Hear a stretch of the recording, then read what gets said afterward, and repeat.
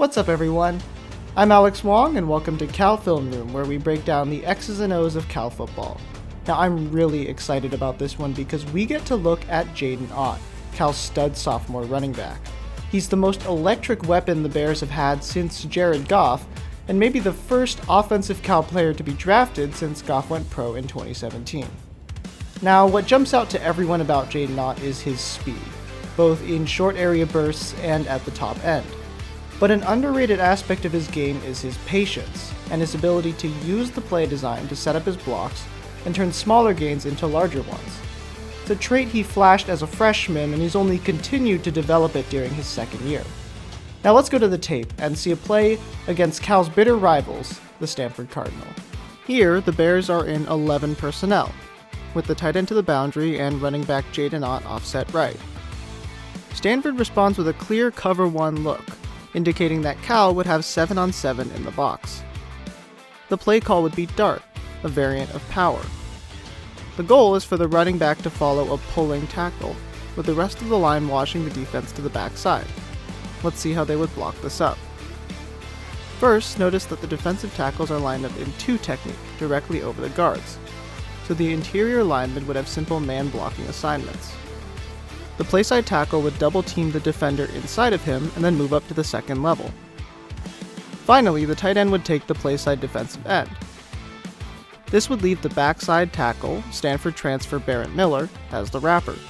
He would look for the last man to the play side, strong safety Mitch Lieber. Miller has 4 inches and 108 pounds on Lieber, so if he can get there, this is a big mismatch.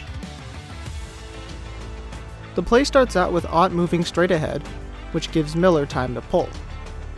From here, Ott could easily turn upfield and get decent yardage, but with a clean line of scrimmage he exercises patience and sets up his puller even more by taking another step forward and almost coming to a jump stop before widening.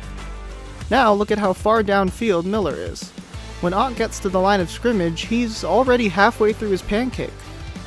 Taking it back to the start of the play, we'll see one more benefit to Ott being patient here. Watch the backside linebacker, Spencer Jorgensen. He reads the play well and gets horizontal before the blockers reach him. But when Ott takes that extra step, he hesitates and can't get to the edge in time to make the tackle. This is good design and execution across the board, but Ott's patience and vision gets Cal the first down.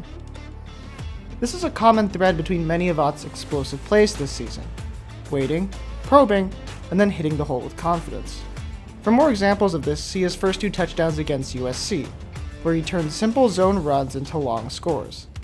This ability helped him rack up Cal's first 1,000-yard rushing season since Patrick Laird in 2017, to the tune of 1,315 rush yards, 14th in the country.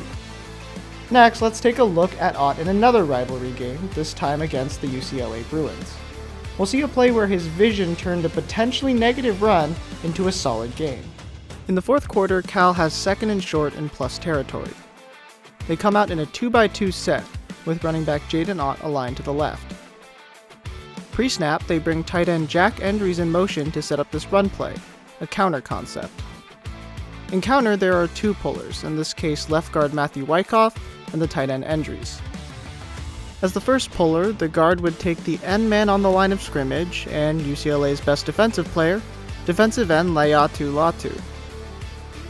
Endries would follow behind him, ideally on the inside, to take the first man that showed, in this case former Cal linebacker Oluwafemi Oladejo.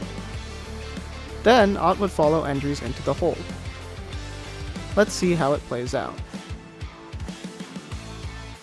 Right after the exchange, you can already see the issue. The pulling guard Wyckoff is a bit slow to get over on the kickout block, and Latu stonewalls him, forcing Endries to the outside instead of through the hole. This seems to leave Ott isolated against Oladejo. This is a matchup he can win, and it would be reasonable for him to take this chance one-on-one, but he decides to go a different route.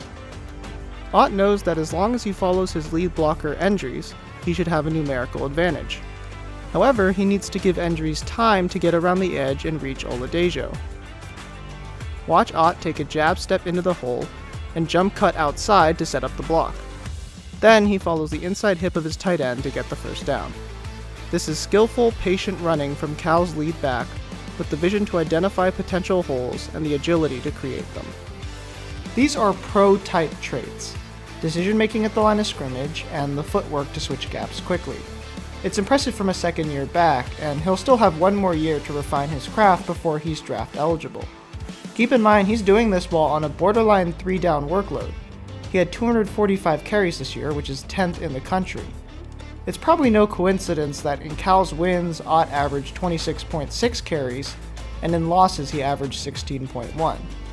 You can probably attribute some of that to game management and the differences from playing ahead and behind, but it's hard to deny the effectiveness of just putting the ball in his hands. That's going to do it for this episode of Cal Film Room. Thank you for watching, and go Bears!